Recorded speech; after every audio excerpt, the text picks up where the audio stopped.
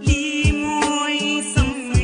yu may mbow sa kaw doon sa lapataake ba benn xalaat politicien bu bandu la saña attaqué man sama yéene mooy baa doole bi ma nekkal ko gémmiñam noppam ak bëtam saa su ne may faacee mbébétam ndax mimétisme andi civisme heurte sa conscience ngir nga mën a demee ci bon sens man sama yéene mooy sama rap doon li jëlee baa peuple bi si ñoonu ñàkk tàggat ko ba mu mën a dundee si li mu ñàkk wan ko nu muy jëfee ba benn marchand d'illusion du ko mën a bluffé.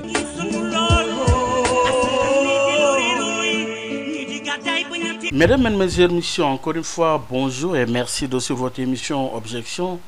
Qui est-il? D'où vient-il?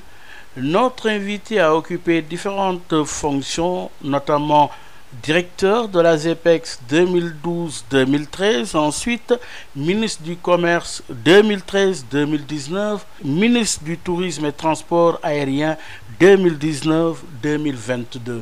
Notre invité est et reste le maire indéboulonnable à Notto Diobass, c'est dans la région de Thiès, réélu depuis 2019. Oui, il est décrit par ses proches comme un grand footballeur pour avoir été à la tête de l'équipe des années 80-90 lors du tournoi Nelson Mandela à l'université de Bordeaux.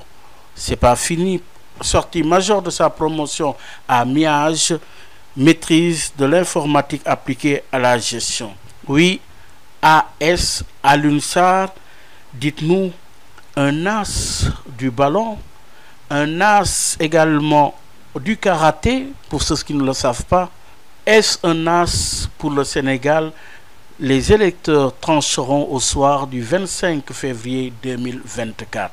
Oui, Alioune Sarr, invité d'Objection, parlez-nous de votre lien avec la politique. À partir de quel moment avez-vous chopé le virus de la politique? Merci beaucoup, Baye Oumar. Je voudrais tout d'abord vous remercier pour cette invitation. Saluer vos auditeurs et saluer tous les compatriotes qui nous écoutent.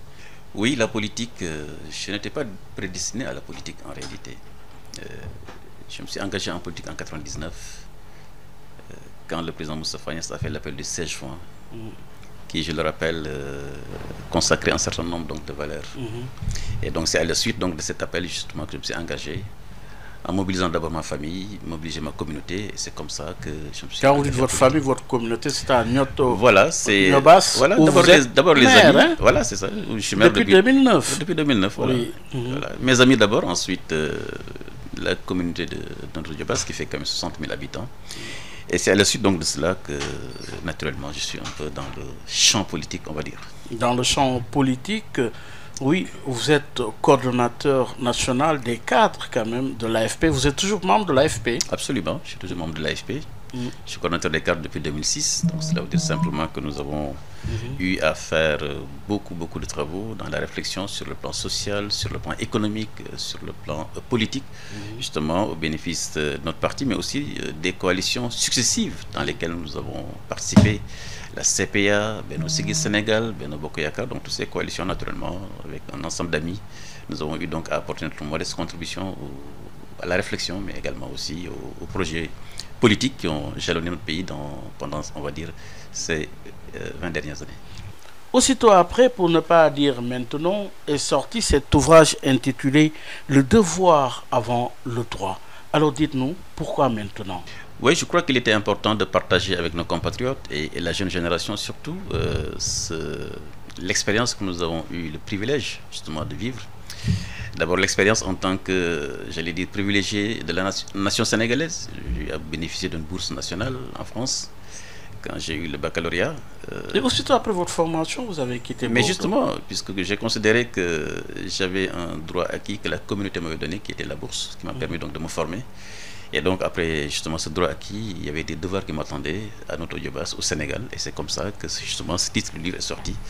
Donc de ce droit que nous avons acquis en étant étudiants, il fallait donc bien entendu remplir nos devoirs en étant au service de nos compatriotes, au service des citoyens sénégalais. Et c'est ça qui nous a amené justement à partager cette expérience, une expérience politique, une expérience administrative, une expérience personnelle. Et tous ces éléments-là, je pense qu'il est utile de les partager avec la jeunesse, puisque quand même c'est le pilier de la nation et il est important que les expériences soient partagées, soit le vécu que nous avons eu la chance les victoires, mais aussi les échecs que nous avons eu également à vivre pour que les jeunes générations puissent éviter les erreurs également, profiter aussi de certains atouts, de certains acquis que nous avons eu à engrancher durant justement cette carrière administrative, politique, mais également tout ça personnel. Voilà. Oui, alors vous avez parlé de devoir avant le droit. Le devoir précède le droit.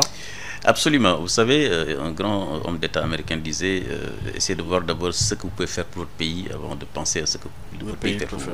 Je pense que Kennedy l'avait dit.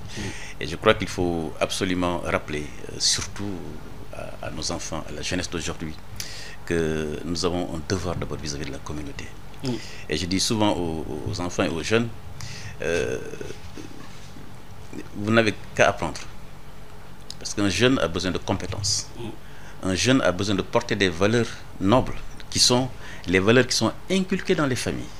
Et un jeune doit avoir une ambition pour son pays. Quand on va dire, nous avons la convergence de ces trois choses chez un jeune, on peut considérer que ce jeune est un pilier de la nation. Mais donc, dans un environnement qui lui est favorable. Mais absolument. C'est pourquoi justement toutes les politiques publiques, et d'ailleurs dans ce livre nous l'expliquons, toutes les politiques publiques doivent justement converger vers fournir de la compétence aux jeunes. Parce que nous avons aujourd'hui 13 millions de jeunes, dans 10 ans nous en aurons 15, donc c'est un des défis majeurs.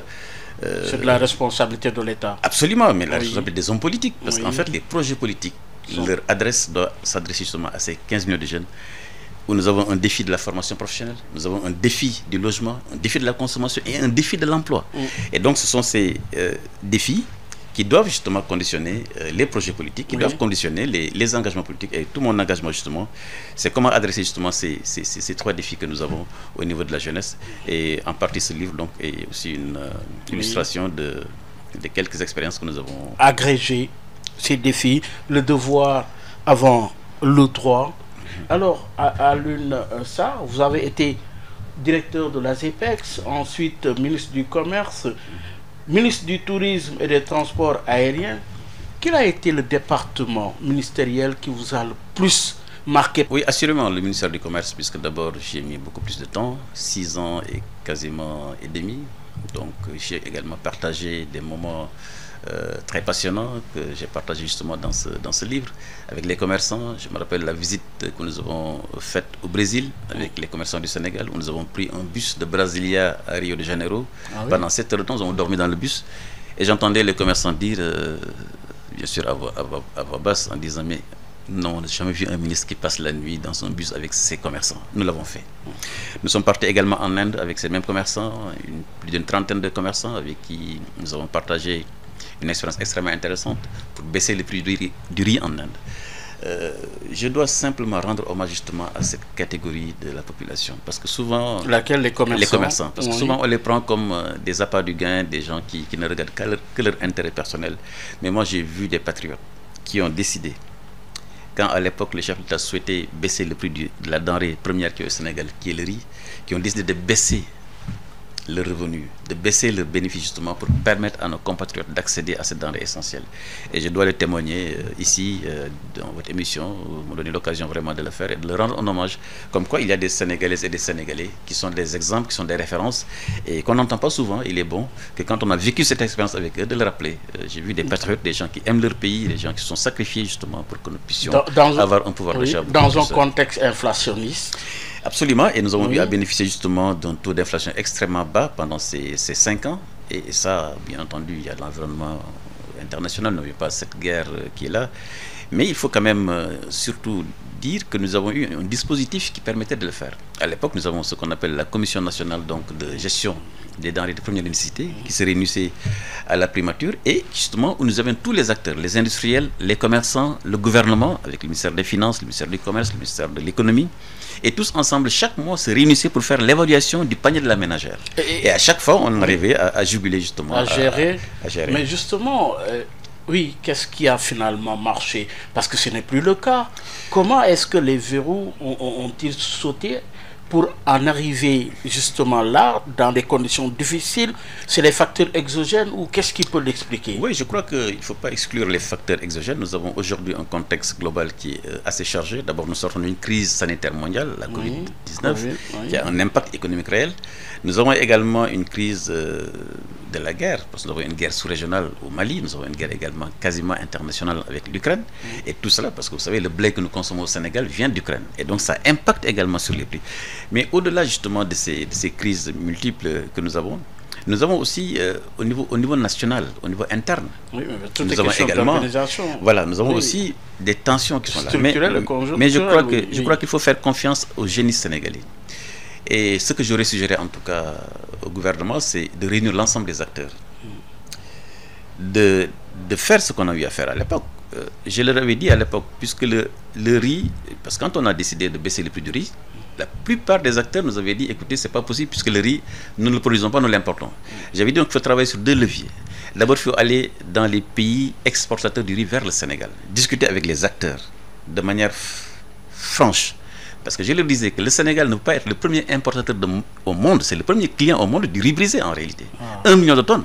Nous sommes le premier pays au monde qui consomme du riz. Alors parallèlement, on nous parle de... Donc, quand vous êtes premier client mondial, Baye Oumar, mais vous avez vos conditions à imposer sur le marché. Et donc, il est possible justement que le Sénégal, premier consommateur mondial de riz brisé, puisse imposer ces conditions aux vendeurs. Et donc, ce que nous avons fait en allant au Brésil et en Inde. Je pense qu'en réunissant les acteurs, en réunissant les acteurs avec les fournisseurs, en utilisant l'instrument diplomatique pour justement les mobiliser, nous sommes en mesure justement d'agir. Évidemment, il faut travailler aussi sur l'idée de l'autosuffisance. Mais justement, j'allais y venir, parce voilà, que finalement, n'est-ce pas paradoxal de pouvoir d'un côté nous parler d'autosuffisance avec une sécurité alimentaire, alors que quelque part, la réalité... autre. Bon, la réalité, elle est là. C'est-à-dire aujourd'hui, vous savez, 1 million de tonnes de riz, c'est pas rien. Donc, je pense qu'il faut travailler sur les deux leviers. Évidemment, les importations, il faut travailler pour travailler avec les acteurs, mais surtout se mobiliser autour de la production d'une vraie chaîne de valeur autour du riz. Et c'est pas seulement le riz. Sur certaines variétés agricoles, nous avons décidé de manière résolue à être souverain. Et je pense que nous en avons les capacités. Mais quels sont les facteurs de blocage, puisqu'on l'annonce depuis très longtemps, mais on n'y arrive pas? Je crois que pour le riz, Baye Oumar, il est important de mettre un dispositif qui associe les propriétaires du foncier. Et savoir que l'autosuffisance ne peut être atteinte qu'en impliquant le secteur privé. Je pense que nous devons pouvoir, par exemple, prendre une zone dans la vallée, associer les populations propriétaires des champs, prendre, admettons, 30 000 hectares et y faire que du riz. Mais ces 30 000 hectares, si vous devez les prendre aux populations, il faut les associer justement dans le tour de table. L'État peut tout à fait mobiliser les financements, mettre des acteurs, associer les familles et arriver justement à ce que l'investissement puisse nous permettre d'avoir une production autonome. Mais ça demandera à ce que l'organe de gouvernance de ces structures soit... que nous puissions impliquer des structures comme le FONSIS ou bien comme d'autres instruments de l'État pour que le financement qui est apporté soit géré dans de très bonnes conditions. Il faut absolument associer le secteur privé pour être dans une production massive de riz et de tout ce qui est justement variété dans lequel le Sénégal opère. Je pense que la méthodologie qui consiste à utiliser la SAID pour aménager, à montrer ses limites, il faut absolument impliquer des secteurs privés. L'État peut décider. Il peut prendre un Moussa Ndiaye, autour de lui mettre des instruments de l'État, amener le financement, produire et vendre, parce que de toute façon, le marché est là. De toute façon, le marché, il est là. 1 million de tonnes, il est acheté, les Sénégalais ne le prennent pas à crédit. Et donc, je crois qu'il faut absolument assurer le secteur privé. Et c'est pas seulement d'être dans l'agriculture, c'est également pareil dans l'industrie. Parce que je rappelle quand même, Baye Oumar, le défi que nous avons, et c'est extrêmement sérieux, et nous l'avons évoqué plusieurs fois dans ce livre, c'est le défi de la jeunesse. 15 millions de jeunes dans 10 ans qu'il faut nourrir, qu'il faut former, mais surtout pour qui il faut trouver de l'emploi. Et l'emploi, on ne peut le trouver que dans l'entreprise et l'entrepreneuriat. Qu'est-ce qu'il faut faire? C'est pourquoi nous avons proposé au niveau de notre coalition, pour donner l'occasion d'en parler, mais nous avons proposé que le capital minier du Sénégal, comme l'or, comme le zircon, comme le fer, comme le gaz et le pétrole. Je rappelle que le gaz et le pétrole, c'est plus de 500 métiers dans la pétrochimie. Il faut absolument que notre pays décide de construire des chaînes de valeur verticales dans notre pays, pour que les 500 métiers de la pétrochimie, qu'on puisse les trouver ici au Sénégal et que le pétrole et le gaz soient transformés jusqu'au dernier produit fini. Il faut que nous évitions justement d'exporter le pétrole et le gaz dans son état brut. Éviter ce que nous avons fait sur l'or. Et donc, notre choix, c'est quoi? C'est décider que l'or produit au Sénégal et transformé au Sénégal avec tous les métiers qui vont avec. Le faire produire au Sénégal, transformé au Sénégal avec tous les métiers, ainsi de suite. Et c'est comme ça qu'on arrivera à créer des millions d'emplois, parce que 15 millions d'emplois, c'est un travail où c'est l'entreprise, c'est l'entrepreneuriat qui permettra justement d'absorber cette masse énorme de jeunes talents. Évidemment, à côté, pour terminer, c'est une école qui va fournir justement la compétence dont ces entreprises ont besoin. Parce que l'école doit être, en fait, c'est un service. C'est la société qui commande en termes donc de besoins de compétences, de besoins de citoyenneté. C'est la société qui commande. Et donc je crois que l'école également doit être adaptée pour éviter justement ce qu'on a connu comme les maîtrisages chômeurs, où nous allons former quelqu'un pendant 4 ans et il ne sait rien faire en entreprise. Je pense que ce sont ces réformes-là très profondes que nous avons proposées justement dans le projet, dans le cadre de la coalition. Des réformes en termes de défis. Oui, expérience de jeunesse en étant étudiant, expérience gouvernementale étant ministre. Oui, face à des enjeux géopolitiques, des enjeux du moment. Cap 2024, parce que vous avez été investi par la coalition pour une alternative progressiste Cap 2024. Aujourd'hui, quelle analyse faites-vous de la situation? Oui, ben Omar, vous me permettez de donner l'occasion vraiment de présenter d'abord mes condoléances à tous nos compatriotes qui ont perdu un proche durant ces graves événements. Souhaiter également un prompt rétablissement aux blessés, mais surtout apporter ma compassion à tous ceux-là qui ont perdu des biens durant ces manifestations. Oui, notre pays justement connaît une crise qui est là. Les événements que nous venons de traverser justement sont une illustration parfaite. Est-ce une surprise pour vous? Bon, vu l'ampleur. À dire vrai, ce n'est pas une surprise. J'ai dit tout à l'heure, si vous le permettez, Omar, nous avons 2 grands défis. Le défi global, le monde dans lequel nous sommes, la sous-région. Regardez ce qui se passe dans les pays qui entourent le Sénégal, pour ne pas citer des pays. Le terrorisme. Défi sécuritaire. Ce n'est plus, oui, justement, ce n'est plus une vue de l'esprit. C'est à nos portes. J'ai parlé tout à l'heure également de la guerre qu'il y a entre l'Ukraine et la Russie. Il ne faut pas qu'on sous-estime ce qui s'y passe. Puis ça nous concerne directement. Pour l'instant, c'est l'impact, il est économique, mais il peut également avoir un impact militaire. Donc, sur le plan global, nous sommes dans un monde très très incertain. Mais deuxième défi, c'est le défi au niveau national. Vous savez, lorsque nous sommes dans un référentiel où nous avons une perte de certaines valeurs, où l'insulte, la violence deviennent banalisées, ce n'est pas le Sénégal que nous souhaitons, ce n'est pas le Sénégal que nos anciens ont construit, ce n'est pas le Sénégal que les familles sénégalaises vénèrent. Vous ne verrez dans aucune famille quelqu'un qui apprend à son enfant comment insulter. En tout cas, moi je ne la connais pas. Donc, nous avons une perte de valeur, une banalisation de certaines valeurs essentielles. Le ngor, le djom, mais également une banalisation de la parole donnée. Et ça, je m'adresse aux hommes politiques. À une banalisation de la parole donnée, à une banalisation de l'esprit de certains textes de loi. Et quand vous êtes leader, vous banalisez votre parole donnée, vous êtes disqualifié pour donner un exemple à la jeunesse. Or, la jeunesse d'aujourd'hui, elle est à la recherche de quoi, Baye Omar? Mais elle est à la recherche de valeurs, de repères en réalité. La question économique, mais elle vient en second plan, parce que quand vous, d'ailleurs, ce qui est très très curieux, quand vous demandez aux entreprises aujourd'hui, le problème qu'ils ont avec la jeunesse, c'est moins la compétence, c'est un problème de comportement, de savoir-être avec ces jeunes. Donc ça veut dire que ces jeunes ont besoin de références, ont besoin de repères. Et ces repères, moi j'insiste beaucoup en disant que ces repères sont dans nos familles, ces repères sont au niveau de nos anciens. Regardez nos chefs religieux, ou nos chefs coutumiers. Ils mobilisent des millions de personnes, mais vous ne les entendez jamais dans des comportements qui ne sont pas adaptés. Donc, quand nous avons ces pertes de repères, par ceux-là même parfois qui dirigent, par ceux-là même qui doivent donner l'exemple, mais comment voulez-vous justement que ces jeunes, qui sont le pilier de la nation, qui doivent être justement des jeunes compétents, qui doivent être des jeunes imbus de valeurs africaines et sénégalaises, qui doivent être également des jeunes qui ont de l'ambition.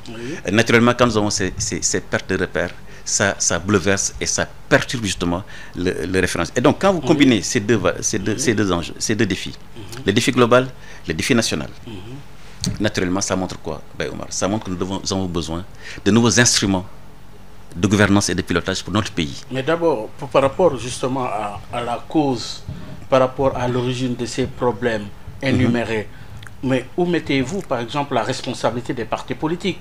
Oui, vous avez parlé de la famille, vous avez parlé aussi de la société en tant que telle, mais il y a aussi la responsabilité des formations politiques. Absolument, mais vous avez parfaitement raison. Non, les partis politiques, malheureusement, la plupart des partis, pour ne pas dire la totalité des partis, ont perdu le réflexe de la formation politique. Parce qu'en réalité, c'est valeurs dont je parle. Parce que vous savez, Ben Omar, le jeune, il a, on va dire, 3 espaces de socialisation. Le premier espace, c'est la famille. Le deuxième, c'est l'école. Le troisième, c'est la société. Et dans la société, vous avez les organisations, dont les partis politiques. Mais soyez d'accord avec moi, si dans ces 3 espaces, il y a une défiance du système de formation, du système de transmission des valeurs, naturellement, ça se répercute sur les jeunes. Et j'insiste beaucoup sur la question, justement, de la parole donnée, parce qu'effectivement, les partis politiques ont une responsabilité. Parce que quand vous êtes un homme politique, mais vous devez quand même porter, et c'est pourquoi... Il y a certaines choses, je pense, sur lesquelles les Sénégalais nous observent beaucoup. La parole donnée, quand on dit qu'on doit la préserver, mais c'est parce qu'en fait, quand vous êtes un leader politique, vous êtes écouté et vous êtes observé par justement ceux-là qui n'ont pas, d'ailleurs, tous les mécanismes, justement, de pouvoir encadrer ce qu'ils entendent. Et donc, je crois que, oui, les partis politiques, mais pas seulement. Je pense que nous devons renforcer, justement, la famille sénégalaise. Et c'est pourquoi, si vous le permettez, dans notre projet économique et social, nous avons prévu que la femme sénégalaise... De réformer le code de la famille? Non, je dis que la femme sénégalaise qui s'occupe de son enfant à la maison va bénéficier d'un soutien de l'État, un soutien social. Parce que quand même, comment voulez-vous que la famille sénégalaise, abandonnée à elle-même, et parfois l'économie ne permet pas de couvrir l'ensemble des charges, comment voulez-vous qu'elle puisse soutenir et accompagner l'éducation comme il faut? Donc, nous avons prévu donc un soutien important à la femme sénégalaise, à les femmes, mais bien sûr, à la femme sénégalaise, dans un format... proviendrait par exemple cet argent? Mais justement, quand je parle de réforme économique, parce que nous avons 3 types de réformes. D'abord, réforme institutionnelle, réforme économique et réforme sociale. Permettez-moi de parler une minute sur la réforme institutionnelle. Mais Ben Omar, vous savez, vous avez parlé des partis politiques, de la responsabilité. Nous avons décidé dans nos projets pour le Sénégal que le président de la République ne sera plus chef de parti. Parce que quand vous avez une maladie dans un parti politique, un parti qui n'est pas démocratique, qui ne fait pas de congrès régulièrement, quand son chef est la tête de l'État, naturellement, la maladie du parti se répercute sur l'État. Donc, nous, une des réformes majeures, ce sera que nous proposerons justement une réforme constitutionnelle qui fait que dès que vous êtes élu président de la République, vous ne serez plus chef de parti. Deuxième proposition, réforme institutionnelle. Le président de la République ne sera plus président du Conseil supérieur de la magistrature. Parce que la perception d'injustice que certains de nos compatriotes ont, je pense qu'il faut les rassurer, et rassurer justement nos magistrats qui sont de brillants cadres, en coupant le lien entre l'exécutif et le judiciaire. Et donc, nous allons proposer également une réforme qui fait que le Conseil supérieur de la magistrature ne sera plus présidé par le président de la République. Et nous allons proposer à la place une cour constitutionnelle où les magistrats vont élire un des leurs comme président, et ça permettra justement à ce que notre justice, je rappelle, qui est encadrée par les lois, parce que quand même le juge, il applique des lois, qui justement soit beaucoup plus indépendant, mais surtout, rappeler sur la justice et le droit. Mais Ben Omar, une justice et le droit en général, mais porte les valeurs incarnées par la nation. C'est pourquoi il y a certains sujets, c'est pas aux juristes, ni aux professeurs d'université en droit constitutionnel, de dire quelles sont les valeurs sur lesquelles justement les Sénégalais doivent se prononcer. C'est pourquoi la question du 3e mandat, quand je parlais justement lors de notre convention le 13 mai dernier, moi j'ai dit c'est une question qu'on ne devait pas évoquer avec autant de passion, puisqu'en réalité cette question-là elle est réglée. Et je pense que la valeur que nous avons dans la société sénégalaise, veut que le Sénégal aujourd'hui veut une respiration démocratique. Ça a été traité pendant les assises en 2008. Ça a été traité par le professeur Souran dans le cadre de la Commission nationale de la réforme des institutions. 2 mandats pour un président de la République, c'est largement suffisant. Ça a été traité. Et donc, l'esprit de la Constitution du Sénégal en 2016, c'était également exactement la même chose. Donc c'est pourquoi ces questions-là, pour moi, sont des questions qui ne se justifie pas. Mais qui ne se justifie pas parce qu'on doit respecter l'esprit et respecter la parole donnée. Et je crois que ces éléments-là sont essentiels. Comment comprenez-vous, par exemple, l'attitude du président de la République actuellement? Parce que le débat, c'est autour de lui. Le respect, justement, mais écoutez, de la Constitution. Moi, je n'ai pas entendu jusqu'à aujourd'hui le président de la République parler de cette question, de se prononcer dans un sens comme dans un autre. Mais seulement j'entends ceux-là qui sont autour de lui. Ce que je dis simplement... C'est parce qu'il n'a pas tranché aussi le débat. Mais sûrement il tranchera. En tout cas, moi, si j'ai un message, en tout cas un appel à lui adresser, c'est de ne pas écouter ceux-là qui veulent l'embarquer dans un troisième mandat. Puisque ce n'est pas l'esprit de la Constitution de 2016, parce que nous avons battu campagne pour cette Constitution, mais ce n'est pas également la valeur portée par la nation sénégalaise. Parce que le droit n'est pas le lead de la société. La société a des valeurs auxquelles elle adhère. J'ai parlé tout à l'heure de solidarité. J'ai parlé de Diom, de Kersa. Mais le droit doit s'adapter à cela, à ces valeurs que la société souhaite. Et donc je pense que le président de la République, que je connais vraiment, avec qui nous avons eu à travailler dans d'excellentes conditions pendant 10 ans, n'écoutera ceux-là qui veulent l'embarquer vers ça, puisqu'il a déjà donné sa parole. Et je disais tout à l'heure, le respect de la parole, la société dans laquelle, justement, la société dans laquelle nous devons aller, où le Sénégal doit jouer un rôle majeur au niveau de la sous-région, l'histoire politique qui retiendra que c'est sous le président Macky Sall que le Sénégal a été champion d'Afrique 5 fois. Le message qu'il a donné quand il était à la tête de l'Union africaine ne lui permet pas de ne pas respecter sa parole sur ces questions-là. Et ça, c'est pas un bon message. Et je dis simplement en toute amitié à ceux-là qui s'activent autour de cette question, il est mauvais pour la jeunesse sénégalaise de montrer que la valeur de la parole donnée, elle est dévalorisée. Et je crois que ça, le président le comprendra, et je pense que sur cette question, nous n'aurons pas... Quelle est la pertinence alors d'un tel débat, un débat national qui est ouvert avec les 8 commissions? Écoutez, le débat, bon, Omar, vous savez, Omar, le débat, il est consubstantiel de la démocratie. Pour moi, le débat... Vous n'y étiez pas, pourquoi? Non, je n'y étais pas. Pour ou contre, oui. Bon, d'abord, moi, j'ai pas, comment on appelle, j'étais dans une tournée et j'ai pas été donc dans ces rencontres. Mais je veux dire, le débat, le dialogue, Omar, il est consubstantiel à la démocratie. Et il ne doit pas d'ailleurs se faire que quand il y a une crise. Et je rappelle également ma conception et la conception de ceux-là qui sont avec moi dans la CAP 2024 du dialogue, c'est que le dialogue ne doit pas seulement se limiter aux partis politiques et aux hommes politiques. Il doit être élargi aux acteurs économiques qui créent la richesse, aux acteurs sociaux. Et je pense que cela... il y a 8 commissions. Oui. Et pour moi, le dialogue, c'est tout à fait normal dans une démocratie. Mais ça m'interpelle sur un problème que nous avons justement. Lequel?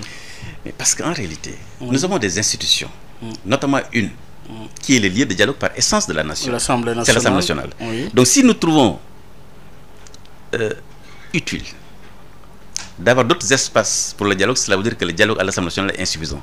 C'est pourquoi justement nous avons proposé un projet qui augmente la part de la proportionnelle sur les listes au niveau de l'Assemblée nationale, pour permettre justement aller au-delà, bien au-delà de 50% au niveau de la proportionnelle, pour que justement ces sensibilités-là, qui ne sont pas exprimées à l'Assemblée nationale, et aujourd'hui qu'on trouve dans le dialogue, puissent être exprimées. Mais ajouter également les jeunes qui font 75% de la société sénégalaise. Mais on ne parle jamais de leur présence dans les institutions qui incarnent l'État.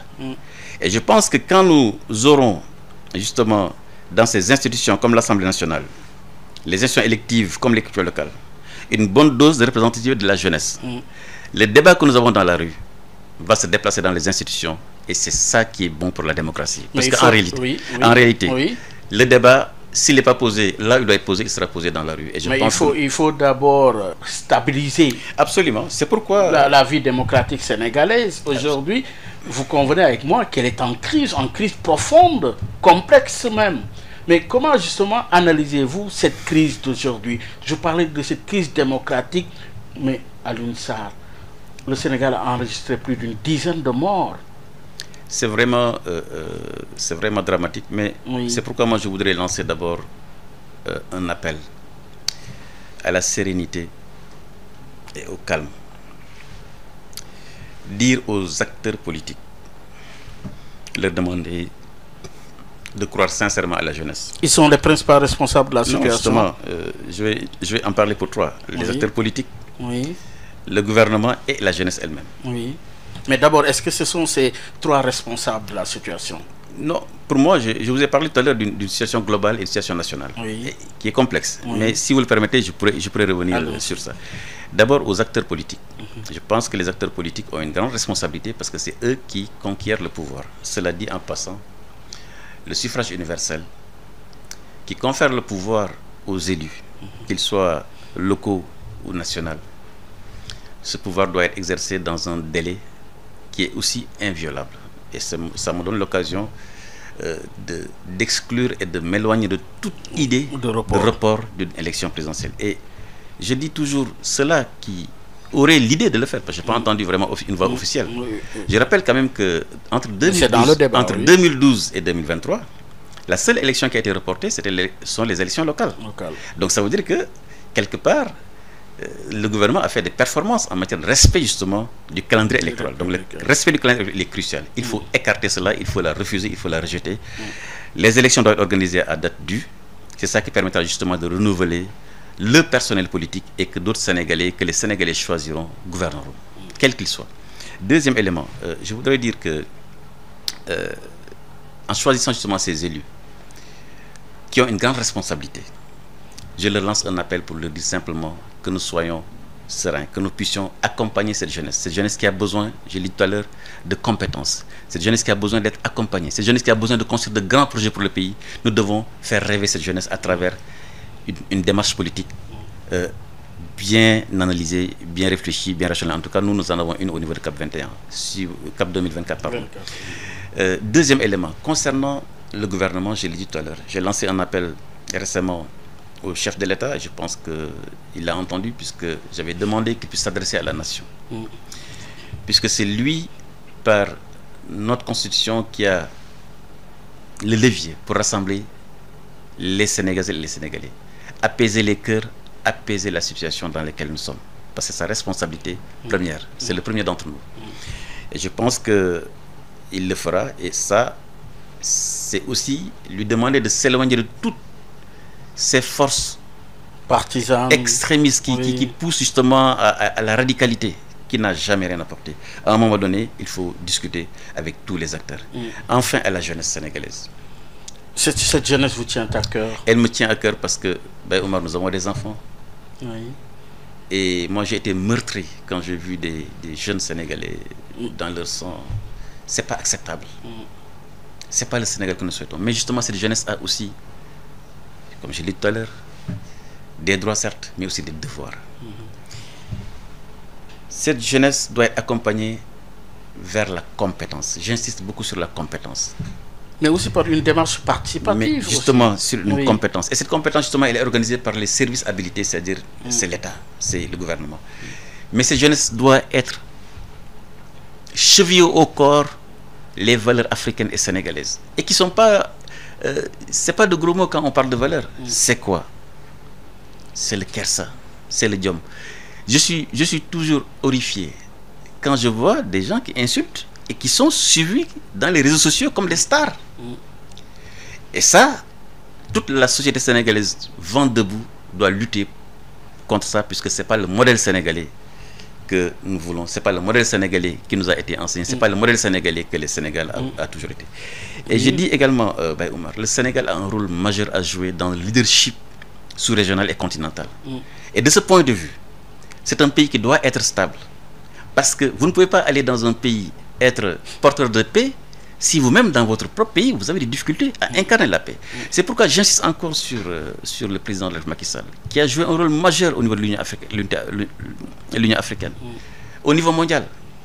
Quand il y a la guerre entre l'Ukraine et la Russie, cette crédibilité-là qu'il a obtenue, il ne faut pas qu'on l'entache par cette histoire de troisième mandat. C'est pourquoi ceux-là qui aiment le pays, il est temps, quand nous voyons que certaines dérives nous amènent justement à ces morts dont on a parlé, qui sont jeunes, donc ça veut dire que c'est la nation qui est totalement blessée. Nous devons élever la voix avec respect, mais avec fermeté, pour dire que notre pays ne doit pas être dévié de sa trajectoire. Alors, et c'est pourquoi justement cette jeunesse, la compétence, les valeurs incarnées, et surtout avoir de grandes ambitions. Il faut qu'ils aient de l'ambition, à l'image de ce que les sportifs sénégalais ont fait. Les équipes nationales du football ont fait au Sénégal. 5 fois champions d'Afrique. Ça, il faut avoir le code sportif, il faut avoir les valeurs bien fortes de respect de l'adversaire. Vous savez, vous m'êtes taquiné sur le sport.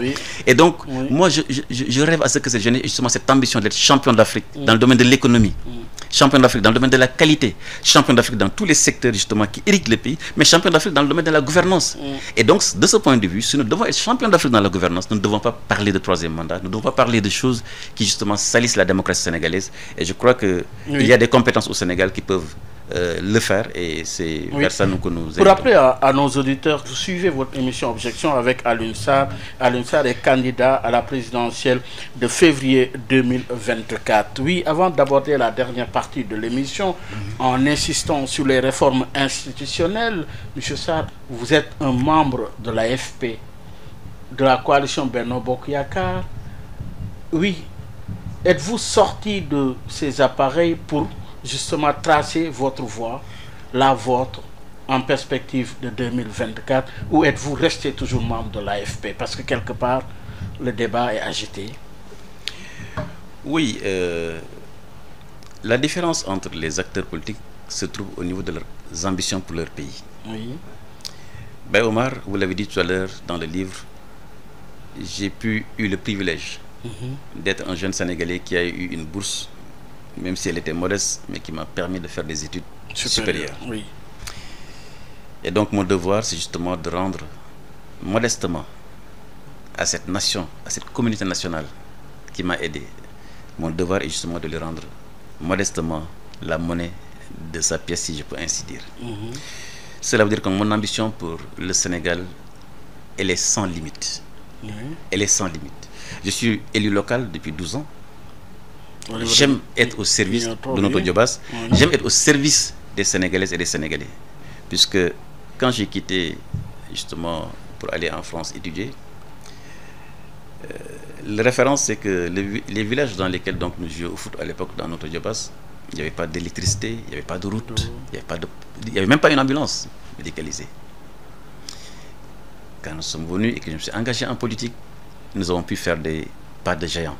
Aujourd'hui, quasiment, la plupart des villages sont électrifiés. On aura le temps de parler de notre base. Mais justement, parce que être au service de la nation. Parce qu'en réalité, moi, cette ambition, elle est justifiée par quoi?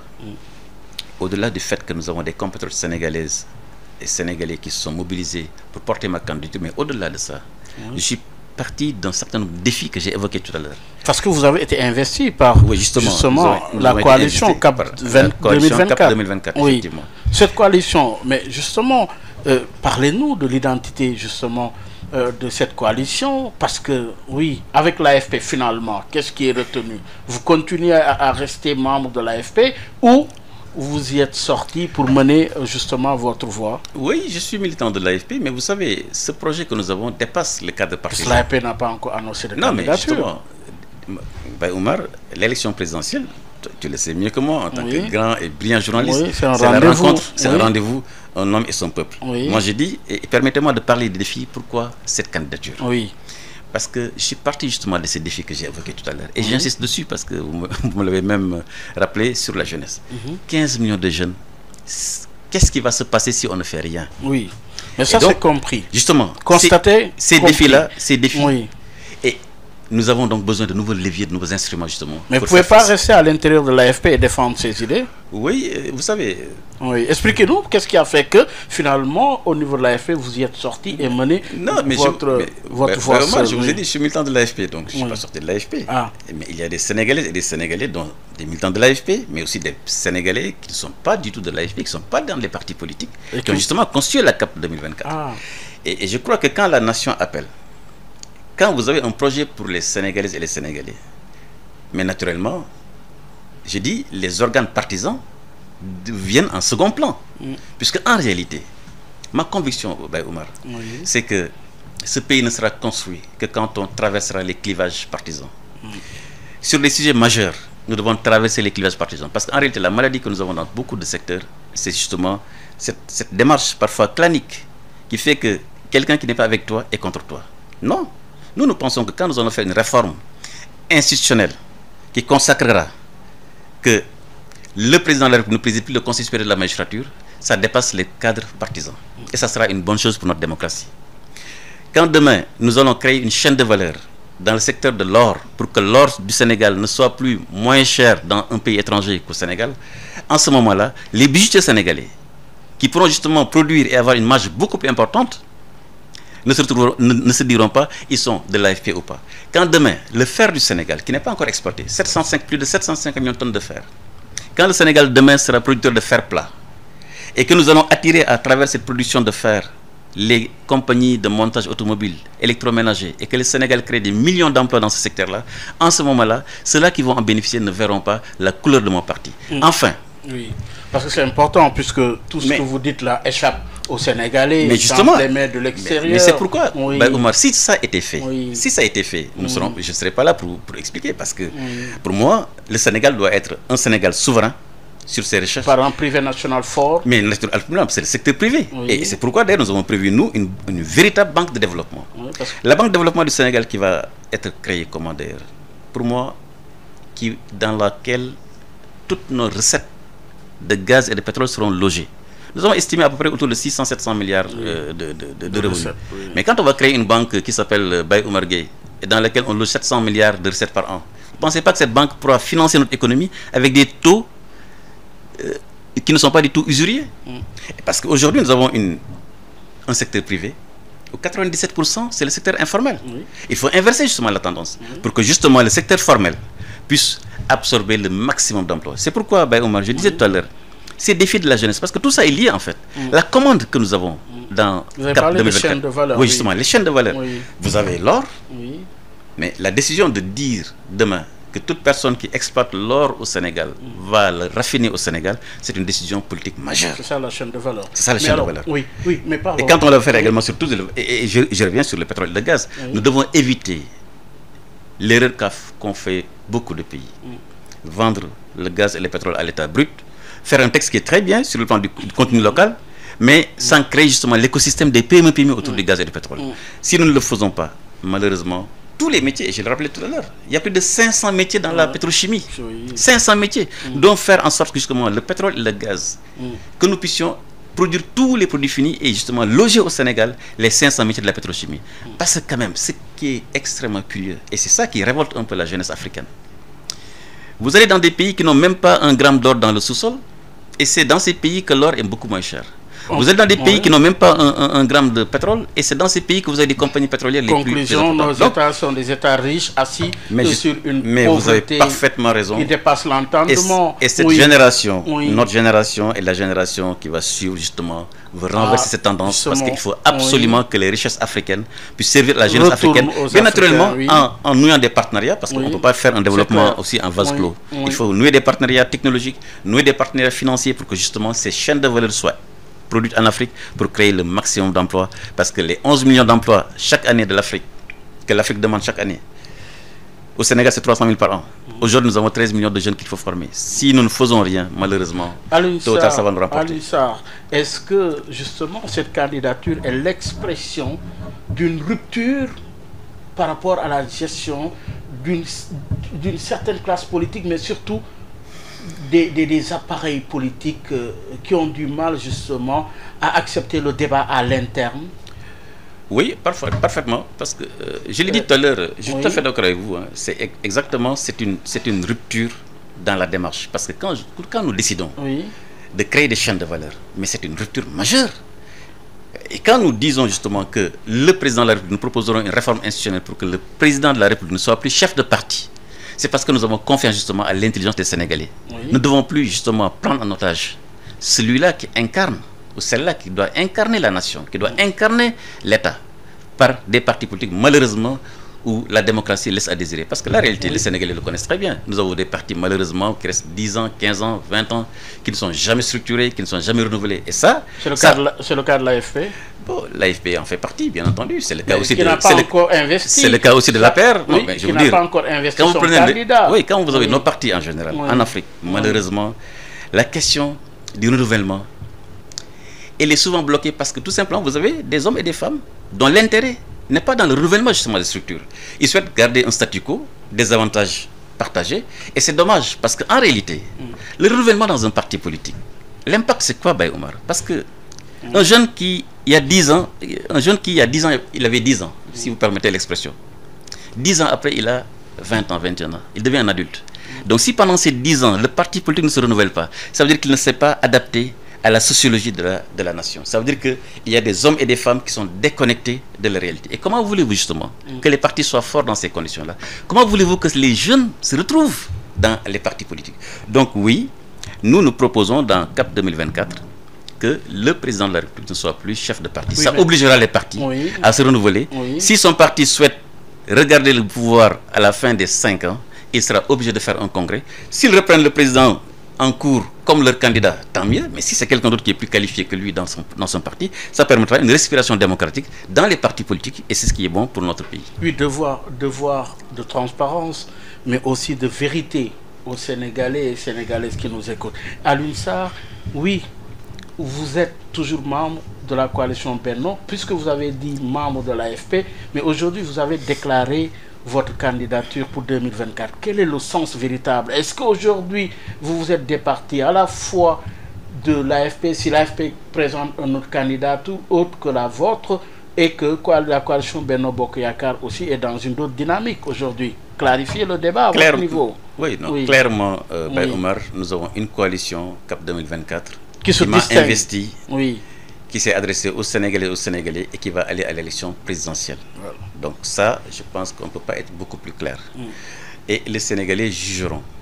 Évidemment, nous allons, avec eux, traverser les différentes étapes que les lois et les règlements du Sénégal ont mis en place. Naturellement, cette coalition ira à l'élection présidentielle. Ça a été acté. Et l'erreur des hommes politiques, c'est de ne jamais écouter les citoyens. Ben Omar, comment voulez-vous que des milliers de Sénégalais se réunissent au CICES, vous investissent comme candidat, et le lendemain, vous venez leur dire non, c'est-à-dire que c'est impossible. Donc, naturellement, CAP 2024 va à l'élection présidentielle avec son projet, je l'ai dit tout à l'heure, réforme institutionnelle, oui, réforme économique, réforme sociale. Mais justement, puisque justement le défi que nous avons aujourd'hui, c'est un défi, et vous l'avez même reconnu, ces chaînes de valeur-là qui permettraient justement de créer des millions d'emplois dont nous avons besoin n'existent pas encore au Sénégal. Alors, il faut absolument les faire.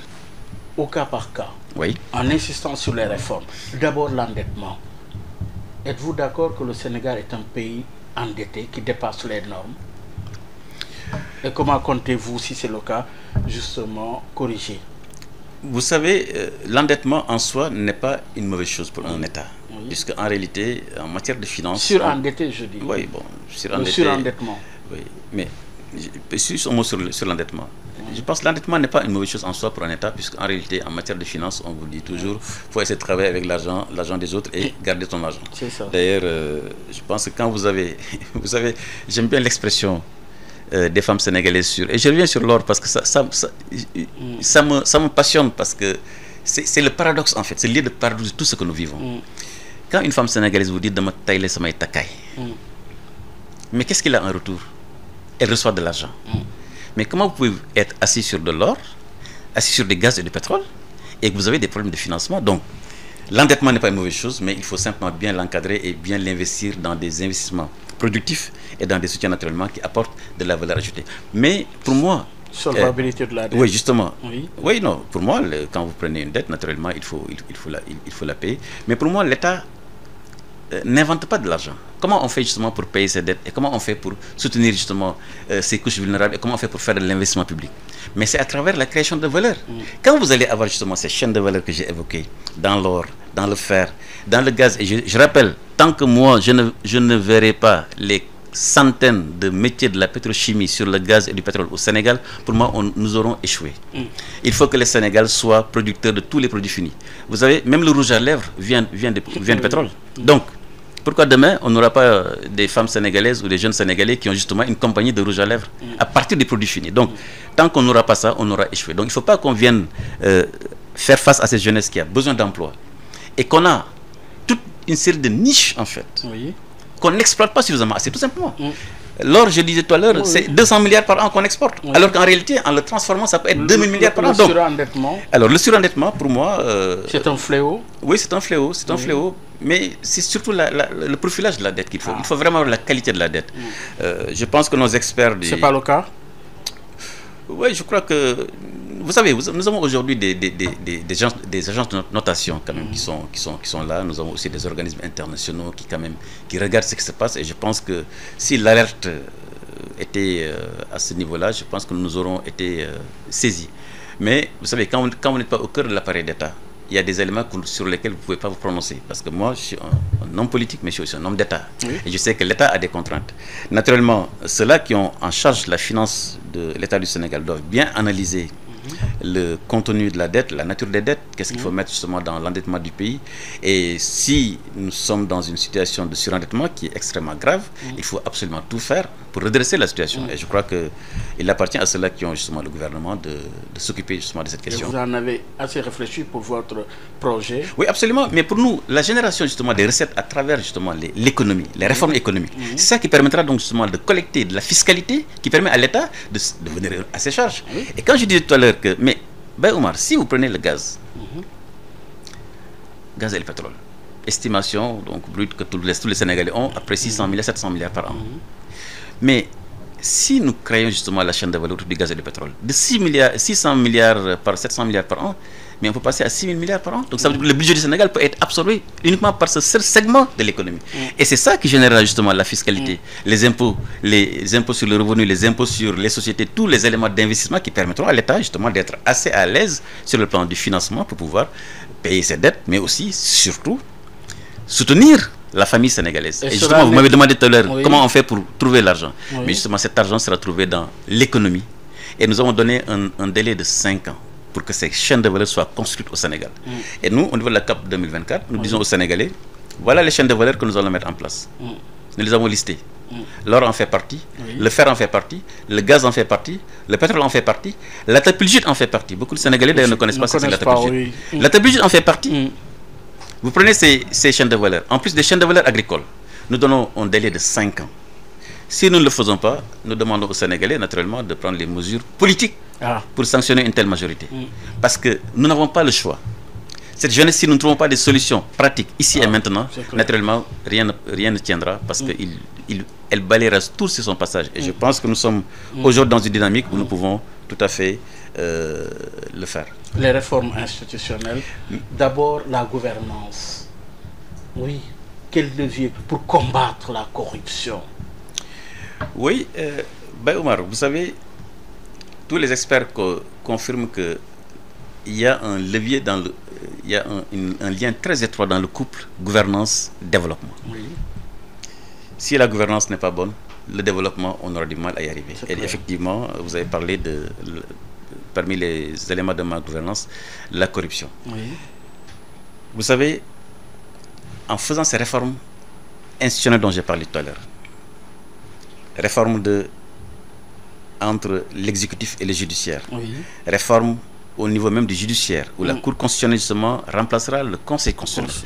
Réforme également au niveau des partis politiques, pour que le président de la République ne préside plus les partis politiques. Cela veut dire simplement que les influences que certains, non pas par leur compétence, mais par leur position politique, peuvent avoir sur l'appareil d'État, va baisser. Mais également les réformes économiques qui feront justement, il faut enrichir le Sénégalais pour justement éviter certaines pratiques. Mais aussi la réforme de l'administration. Nous avons prévu justement dans notre projet une digitalisation intégrale de l'administration sénégalaise. Totale. C'est-à-dire qu'on ne peut pas aller... Vous allez au Cap-Vert aujourd'hui. Quasiment tous les services sont digitalisés. Au Sénégal, nous avons de la compétence. Nous avons une avancée dans le domaine des technologies de l'information et de la communication majeure. Nous sommes encore là dans le... Non, nous allons digitaliser totalement l'administration et en le faisant, nous allons créer d'ailleurs des milliers d'emplois parce que toutes les PME autour de l'informatique justement vont avoir du job et nous allons digitaliser non seulement les procédures mais aussi le stockage et l'ensemble des documents. Aujourd'hui, regardez ce qui s'est passé à l'université.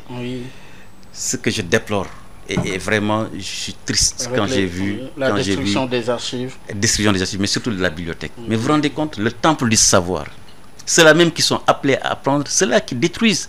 Mais ça, c'est totalement inacceptable. C'est pourquoi je lance un appel à la jeunesse. De grâce, ne touchez pas à l'école, ne touchez pas à l'université. Parce que vous serez les premières victimes. Et vraiment, donc c'est pour dire simplement que la digitalisation, la réforme de l'administration passera également par la digitalisation, non seulement de l'administration centrale, c'est-à-dire que non seulement l'administration centrale, mais le commandement territorial, mais aussi les 522 communes du Sénégal. Comment pouvez-vous accepter, Omar, quand vous allez dans votre village à Sokone ou à Fongolémi pour avoir un extrait de naissance, vous êtes encore là en train d'attendre des heures et des heures. Alors qu'il y a des systèmes qui permettent justement de pouvoir digitaliser toute l'administration. Donc, réforme... c'est l'informaticien qui voilà, justement. Oui. Alors, oui. Donc, ces réformes-là nous paraissent fondamentales et c'est ça qui nous permettra d'éviter justement ces... Vous avez parlé de réforme de l'administration, mais justement avec la dimension partisane, le caractère partisan. Aujourd'hui, ce qui est arrivé à nos confrères de Walf, oui, sur le plan médiatique, la gouvernance médiatique dans ce pays pose-t-il problème au point d'en arriver à la suspension d'un signal de télévision à l'UNSAR? Ma position sur ça, elle est sans équivoque. Oui. Moi, je condamne vraiment le fait de suspendre le signal d'une radio ou d'une télévision. Parce qu'en réalité, en bridant la liberté de presse, on bride en même temps la liberté d'opinion. Oui, d'expression. D'expression. Oui. Et le pluralisme démocratique. Justement, c'est pas acceptable. On est en train de nous sommes en train de revenir. Nous sommes en train de revenir en arrière. Nous sommes en train de revenir en arrière. Et ça, ce n'est pas bon. Une démocratie ne doit pas s'illustrer justement par affaiblir un des piliers de la démocratie. Parce qu'autant on parle du pouvoir judiciaire, du pouvoir exécutif, du pouvoir législatif, mais aussi le pouvoir médiatique fait partie. Quand vous allez aux États-Unis, c'est le quatrième pouvoir. Donc, c'est pas acceptable. Nous devons faire en sorte justement que les journalistes ou la presse n'aient pas à montrer des choses qui fâchent. Mais ça, c'est à travers les réformes économiques. Puisque quand la jeunesse sénégalaise, justement, dont j'ai parlé tout à l'heure, plus d'une dizaine de fois, aura une activité à travers ces chaînes de valeur, ben, vous ne les verrez plus, justement, en train de casser dans la rue. Mais évidemment, en même temps, moi, je condamne la violence avec la dernière extrémité. Parce qu'on ne peut pas construire un pays sur la base de la violence. On doit respecter le bien public. On doit respecter le bien privé. Et je dis aux jeunes, ce n'est pas acceptable de vous mettre à briser. C'est de toute façon, demain, quand vous serez les dirigeants de ce pays, ce sera à vous de le construire. Regardez le BRT, casser le BRT, alors que c'est une excellente initiative pour la circulation des personnes et des biens. Demain, ces jeunes, quand ils seront dirigeants du pays, c'est à eux justement de payer la dette autour de la BRT. Oui, le présidentialisme au Sénégal tel que pratiqué depuis 1960, Senghor, Abdou Diouf, Abdoulaye Wade, Macky Sall. Oui, si vous serez à la tête de ce pays, oui, justement, qu'est-ce qui vous différencierait des autres en termes, oui, de ce présidentialisme trop fort, caractéristique justement d'un abus finalement? Mais d'abord, ma première décision, et je n'ai entendu aucun candidat la proposer, ma première proposition qui sera une réforme institutionnelle, je dis, moi je ne serai plus chef de parti. Ensuite, je ne présiderai plus le Conseil supérieur de la magistrature. C'est des pouvoirs importants, justement, qu'on a déchargés. Ensuite, il y a les nominations de président de l'Assemblée. Oui, non. Vous savez, Oumar, quand sur le plan institutionnel, déjà, vous coupez le cordon entre l'exécutif et le judiciaire, c'est un pas extrêmement important. Quand vous coupez le cordon aussi entre les organisations partisanes et l'État, vous réglez un gros problème, justement. Et en ce moment-là, les nominations, moi, je proposerais que les nominations soient faites sur la base de la meilleure compétence d'un appel à candidature qui sera organisé et que les meilleurs Sénégalais puissent servir. Ensuite, j'ai proposé dans mon programme également de créer un conseil supérieur des Sénégalais de l'extérieur. Puisque en réalité, on se rend compte que la diaspora est déconnectée totalement de ce qui se passe dans le pays. La preuve, tous les députés de la diaspora sont de l'opposition. Donc, ce conseil supérieur des Sénégalais de l'extérieur sera associé dans tous les programmes du gouvernement, aussi bien actes de loi que actes réglementaires, sur tous les aspects concernant la diaspora. Regardez, par exemple, si on prend un projet sur l'immobilier ou sur le logement. Mais je pense que si nous mettons autour d'une table avec l'ensemble de la diaspora sénégalaise pour dire quels sont vos besoins en termes de logement, avec des procédures claires, ce conseil supérieur justement pourra, à travers justement les instruments que l'État mettra à leur place, pouvoir collecter l'information et surtout donner à tous nos compatriotes justement qui ont un besoin important en matière de logement, ce dont ils ont besoin. Mais aussi regardez ce qui peut se passer dans ce conseil quand vous prenez le transport des dépouilles mortelles. Qui est un vrai problème pour nos parents. Mais nous, ce que nous avons proposé, c'est que l'État du Sénégal, à travers ses instruments diplomatiques, entre parenthèses, qui seront réformés, dans chaque ambassade, j'ai prévu à ce que nous puissions mettre en place un service qui s'occupe de l'investissement vers le Sénégal et de promotion des exportations dans les territoires de juridiction. Il faut que nos ambassades soient des territoires, des espaces pour nos entreprises, pour les exportations. Mais également une fonction, une fonction de manière extrêmement précise. Il y aura un responsable justement des investissements, il y aura un responsable justement de la promotion des exportations. Mais je disais tout à l'heure, donc, justement, nos services diplomatiques, nous avons d'ailleurs de brillants ambassadeurs.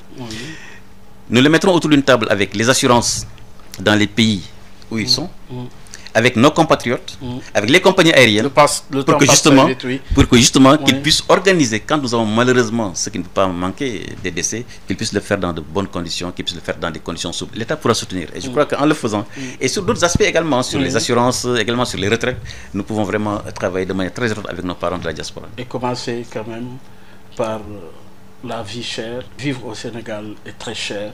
Oui, que comptez-vous faire pour amoindrir le pouvoir d'achat du Sénégalais?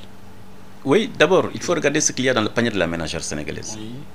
Réunir les acteurs autour de justement cela, comme nous l'avons fait entre 2014 et 2018. Et je dois avouer qu'à cette époque-là, nous avons eu quand même des résultats extrêmement intéressants sur le plan des résultats, mais également sur le plan d'une inflation qui était en dessous de 3%. Vous pouvez vérifier les chiffres.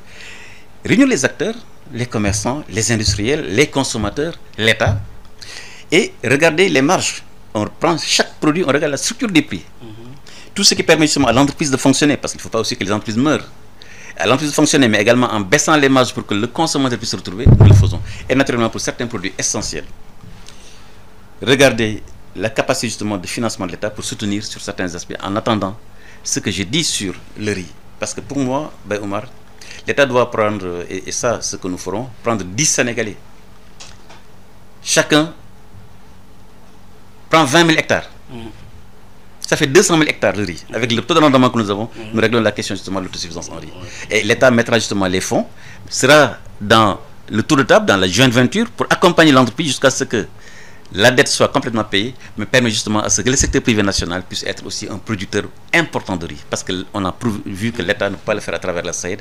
Et naturellement, quand nous aurons une autosuffisance justement en riz produit localement, il est évident que les prix vont baisser, puisque le fait d'importer un produit, naturellement, tout le monde sait que c'est toujours renchérir le pouvoir d'achat. Et donc, c'est regarder le panier de la ménagère, regarder tous les produits sur lesquels nous devons être indépendants et prendre les mesures pour que dans les 5 prochaines années, justement, cette question soit résolue définitivement.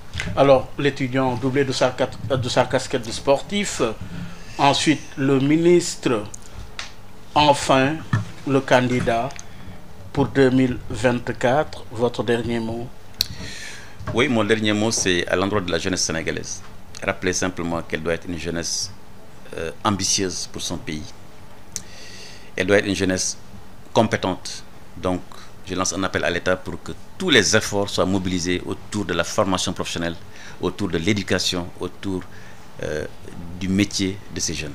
Mais enfin, dire également que ces jeunes doivent porter les valeurs ancestrales, les valeurs que nous avons dans nos familles sénégalaises. Cheikh Ahmadou Bamba, El Hadj Malick, Limamou Laye, Baye Niass ont été des références en termes de valeurs. Ils ont mené des combats beaucoup plus difficiles contre ceux-là qui les envahissaient. Et pourtant, ils ont gagné. Mais c'est à travers les valeurs qu'ils l'ont fait, à travers la connaissance. Et moi, c'est cet invite que je fais à la jeunesse sénégalaise, tout simplement. Quel est le sens que vous donnez au mot paix, à la paix? Le sens de la paix pour vous? Ben Omar, la paix est pour un État ce que la santé est pour l'être humain. Merci Alioune Sarr. C'est moi qui vous remercie. Je rappelle à nos auditeurs que vous avez déclaré votre candidature pour la présidentielle de 2024 portée par CAP 2024, qui est une coalition. Ça a été un plaisir de vous accueillir à Objection. Mais le plaisir est pour moi, Ben Omar. Merci beaucoup. Mesdames et messieurs, merci de nous avoir suivis. Rendez-vous dimanche prochain avec un autre invité. Dans une poignée de secondes, Maodo Faye et son invité. Excellent dimanche à toutes et à tous. Au revoir. mbow yu may mbow sa kaw doon sa lapataake ba benn xalaat politicien bu bandu la saña attaqué man sama yéene mooy baa doole bi ma nekkal ko gémmiñam noppam ak bëtam saa su ne may faacee mbébétam dàq mimétisme andi civisme heurte sa conscience ngir nga mën a demee ci bon sens man sama yéene mooy sama rap doon li jëlee ba peuple bi si yoonu ñàkk tàggat ko ba mu mën a dundee si li mu ñàkk wan ko nu muy jëfee ba benn marchand d'illusion du ko mën a bluffé